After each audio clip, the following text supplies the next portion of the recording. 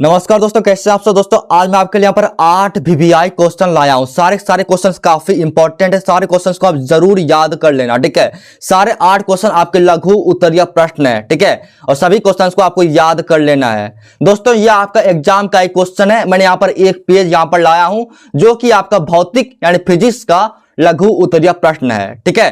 देखिए आपको एग्जाम में इसी तरह से मिलेगा लिखा हुआ प्रश्न संख्या 1 से 8 तक, ठीक है। यहां पर कुछ भी दे सकता है, इतना से इतना तक लघु उत्तरीय हैं। इनमें से किन्हीं 4 प्रश्नों का उत्तर दें। प्रत्येक प्रश्न के लिए 2 अंक निर्धारित है।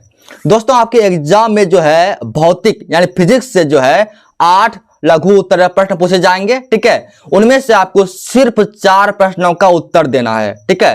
क्वेश्चन 8 रहेंगे लेकिन आंसर आपको 4 प्रश्नों का देना है, ठीक है। और एक क्वेश्चन का आपको 2 अंक मिलेगा, 2 मार्क्स मिलेगा, ठीक है। लेकिन दोस्तों आपको यहां पर जो है 8 का 8 क्वेश्चन को पढ़ लेना है, लेकिन आंसर आपको 4 देना है, ठीक है। यहां पर आपको 8 क्वेश्चन को पढ़ लेना है। यहां पर देखिए क्वेश्चन है आपका, सूर्य के प्रकाश के उन 2 घटकों के नाम लिखिए जो हमें दिखाई नहीं देते हैं, ठीक है। ये क्वेश्चन है, इसका आपको आंसर लिखना है, ठीक है। इसके बाद देखिए वैद्युत चुंबकीय प्रेरण से आप क्या समझते हैं, ठीक है। तो वैद्युत चुंबकीय प्रेरण के बारे में आपको बताना है, ओके। नंबर 3 देखिए नाभिकीय संलयन क्या है। तो नाभिकीय संलयन के बारे में आपको बताना है। नंबर 4 क्वेश्चन देखिए उत्तल लेंस एवं अवतल लेंस में अंतर स्पष्ट करें, ठीक है। यह भी क्वेश्चन है, इसका भी आपको आंसर देना है, ठीक है। यहां पर देखिए आंख की समंजन क्षमता से क्या तात्पर्य है। आंख की समंजन क्षमता है उसके बारे में आपको बता देना है, ओके। नंबर 6 पर ध्यान दीजिए बायोगैस संयंत्र क्या है, ठीक है। तो बायोगैस के बारे में आपको बताना है, ओके। नंबर 7 पर ध्यान दीजिए फ्लेमिंग के दाएं हाथ का नियम लिखे। तो फ्लेमिंग का दाएं हाथ जो है उसका नियम आपको लिखना है, ठीक है। नंबर 8 पर ध्यान दीजिए उपग्रह और ग्रह में अंतर स्पष्ट करें। तो उपग्रह और ग्रह में जो अंतर है उसके बारे में आपको बताना है। यह कुल मिलाकर 8 क्वेश्चन है, ठीक है। लेकिन आपको सिर्फ 4 क्वेश्चन का आंसर देना है। लेकिन यहां पर अभी जो है अभी आपको 8 का 8 क्वेश्चन याद कर लेना है, ठीक है, एग्जाम में। लेकिन आपको 4 क्वेश्चन का ही आंसर देना है। तो अब आइए आंसर की ओर बढ़ते हैं। तो क्वेश्चन नंबर 1 आपके सामने है। यहाँ पर सूर्य के प्रकाश के उन 2 घटकों का नाम लिखिए जो हमें दिखाई नहीं देते हैं, ठीक है। ये क्वेश्चन नंबर 1 है। सबसे पहले हम लोग इसका आंसर देखेंगे, ठीक है। दोस्तों आपको सबसे पहले लिख देना है सूर्य प्रकाश के 2 घटकों के नाम जो हमें दिखाई नहीं देते हैं निम्नलिखित है। ये लाइन आपको सबसे पहले लिख देना है, ठीक है। इसके बाद आपको दोनों घटकों का नाम लिख देना है। नंबर 1 में है अवरक्त किरणें, ठीक है। अवरक्त किरणें इसे लिख दीजिए। नंबर 2 में है पराबैंगनी किरणें, ठीक है। नंबर 2 में क्या है, पराबैंगनी किरणें हैं, ठीक है।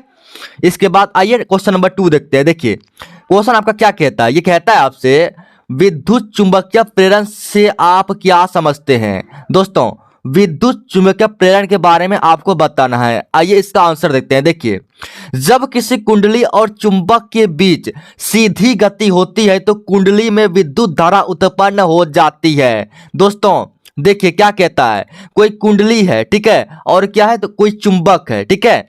इस दोनों के बीच में अगर सीधी गति होती है, इस दोनों के बीच में अगर सीधी गति होती है तो कुंडली में क्या होता है, तो कुंडली में विद्युत धारा पैदा हो जाती है, ठीक है। इस परिघटनाओं को विद्युत चुंबकीय प्रेरण कहते हैं। दोस्तों इसी घटना को क्या कहते हैं, विद्युत चुंबकीय प्रेरण कहते हैं, ठीक है। और इस प्रकार उत्पन्न विद्युत धारा को हम प्रेरित विद्युत धारा कहते हैं। दोस्तों इस प्रकार से जो है क्या होता है, देखिए किसी कुंडली और चुंबक के बीच सीधी गति से जो है कुंडली में जो विद्युत धारा उत्पन्न होता है उस विद्युत धारा को हम प्रेरित विद्युत धारा कहते हैं। इससे आप याद रखिए, ठीक है। अब आइए नेक्स्ट क्वेश्चन देखिए। देखिए नाभिकीय संलयन क्या है, इसे आप समझिए। नाभिकीय संलयन देखिए जब 2 या 2 से अधिक हल्के परमाणु के नाभिक मिलकर एक भारी नाभिक का निर्माण करते हैं तो उस अभिक्रिया को नाभिकीय संलयन कहते हैं। यहां पर उससे नहीं उस होगा, ठीक है। दोस्तों बातों को आप समझिएगा। देखिए जब 2 ठो या फिर 2 से अधिक, ठीक है, हल्के परमाणु जो है, हल्के परमाणु इसके नाभिक मिल जाते हैं और मिल के जो है एक भारी नाभिक का निर्माण करते हैं, इसी को आप नाभिकीय संलयन कहेंगे। क्या कहेंगे, नाभिकीय संलयन कहेंगे, ठीक है। इस प्रक्रिया में अत्यधिक मात्रा में ऊर्जा मुक्त होती है। दोस्तों, नाभिकीय संलयन में जो है इस प्रक्रिया में बहुत अधिक मात्रा में ऊर्जा मुक्त होती है, इसे भी आप याद रखिए। ठीक है, क्वेश्चन आपके सामने यहां पर है उत्तल लेंस। ठीक है, क्या है? उत्तल लेंस तथा अवतल लेंस में अंतर स्पष्ट करें। दोस्तों, आपको उत्तल लेंस और अंतल लेंस में अंतर बताना है। देखिए, सबसे पहले आपको लिख देना है उत्तल लेंस तथा अवतल लेंस में निम्नलिखित अंतर है। ठीक है, इसके बाद आपको इस तरह से जो है दो पार्ट में बांट देना है। एक तरफ आपको उत्तल लेंस और दूसरी तरफ अवतल लेंस आपको ऊपर में लिख देना है। ठीक है, फिर आपको लिखना है उत्तल लेंस दोनों किनारों की अपेक्षा बीच में मोटा होता है। दोस्तों, उत्तल लेंस जो होता है उसमें क्या होता है, दोनों किनारे जो है उसके अपेक्षा, ठीक, मतलब कि उससे जो है बीच में मोटा होता है। ठीक है, अवतल लेंस में जो है दोनों किनारों की अपेक्षा बीच में पतला होता है। दोस्तों, अवतल लेंस का दोनों किनारा मोटा होता है, ठीक है, लेकिन बीच जो होता है, अवतल लेंस का बीच जो होता है वो पतला होता है। इसे आप याद रखिए। ठीक है, नंबर 2 पर आप ध्यान दीजिए। देखिए, यह प्रकाश को अभिसारित करता है। दोस्तों, ये जो है उत्तल लेंस, ठीक है, ये क्या करता है, प्रकाश को अभिसारित करता है, और अवतल लेंस जो है प्रकाश को अपसारित करता है। क्या करता है? अपसारित करता है। ठीक है, नंबर 3 पर आपको लिखना है यहां पर, इसका फोकस वास्तविक होता है। उत्तल लेंस का फोकस वास्तविक होता है, बल्कि लेकिन अवतल लेंस का फोकस जो है ये काल्पनिक होता है। इसे आप याद रखिए, अवतल लेंस का फोकस काल्पनिक होता है। ठीक है, नेक्स्ट क्वेश्चन देखिए, क्वेश्चन आपके सामने क्या है। देखिए, आंख की समंजन, ठीक है, क्षमता से क्या तात्पर्य है। दोस्तों, नेत्र की समंजन क्षमता के बारे में आपको बताना है। आइए इसका आंसर देखते हैं। देखिए, आंख की वह क्षमता जिसके कारण वह अपनी फोकस दूरी समायोजित करके निकट अथवा दूर रखी वस्तु को फोकसित कर लेता है, आंख की समंजन क्षमता कहलाता है। दोस्तों, आंख में जो है समंजन क्षमता होती है। ठीक है, तो आपको बताना है आंख की समंजन क्षमता क्या होती है। दोस्तों, आंख की वह क्षमता, ठीक है, जिसके कारण जो है वो अपनी फोकस दूरी समायोजित करके, देखिए आंख में ना क्षमता होता है, कौन सी क्षमता होता है, तो वो फोकस दूरी जो है इसे समायोजित कर लेता है। ठीक है, और समायोजित करके जो है कोई वस्तु जो निकट रखी होती है, नजदीक रखी होती है, या फिर कोई वस्तु जो दूर रखी होती है, उस वस्तु को फोकसित कर लेता है। इसी को हम आंख की समंजन क्षमता कहते हैं। ठीक है, इसको क्या कहते हैं? आंख की समंजन क्षमता कहते हैं। नेक्स्ट क्वेश्चन देखिए क्या है, बायो संयंत्र क्या है। ठीक है, बायो संयंत्र के बारे में आपको यहां पर बताना है। बायो संयंत्र क्या है? बायोगैस का उत्पादन एक जैविक रासायनिक प्रक्रिया द्वारा होता है। दोस्तों, बायोगैस का उत्पादन कैसे होता है? तो जैविक रासायनिक प्रक्रिया द्वारा होती है, इसे आप याद रखिए। ठीक है, जिसके तहत कुछ विशेष प्रकार के बैक्टीरिया जैविक कचरे को उपयोगी बायोगैस में बदल देते हैं। दोस्तों, बायोगैस में क्या होता है? तो देखिए, बैक्टीरिया जो होता है वो बैक्टीरिया जैविक कचरे को जो है बायोगैस में बदल देते हैं। ठीक है, देखिए बायोगैस संयंत्र में क्या होता है, तो बैक्टीरिया जो है वो जैविक कचरे को उपयोगी बायोगैस में बदल देते हैं। ठीक है, क्योंकि इसका उत्पादन जैविक प्रक्रिया द्वारा होता है, इसीलिए इसे जैविक गैस या बायोगैस कहते हैं। दोस्तों, देखिए ये जो बायोगैस है, ठीक है, इसका उत्पादन जो है जैविक प्रक्रिया द्वारा होता है। ठीक है, इसीलिए इसे जो है जैविक गैस या फिर आप बायोगैस जो मन है आप कह सकते हैं इसको। ठीक है, क्वेश्चन आपके सामने है यहां पर, फ्लेमिंग के दाएं हाथ के नियम लिखें। दोस्तों, फ्लेमिंग के दाएं हाथ का नियम जो है इससे आपको यहां पर लिख देना है।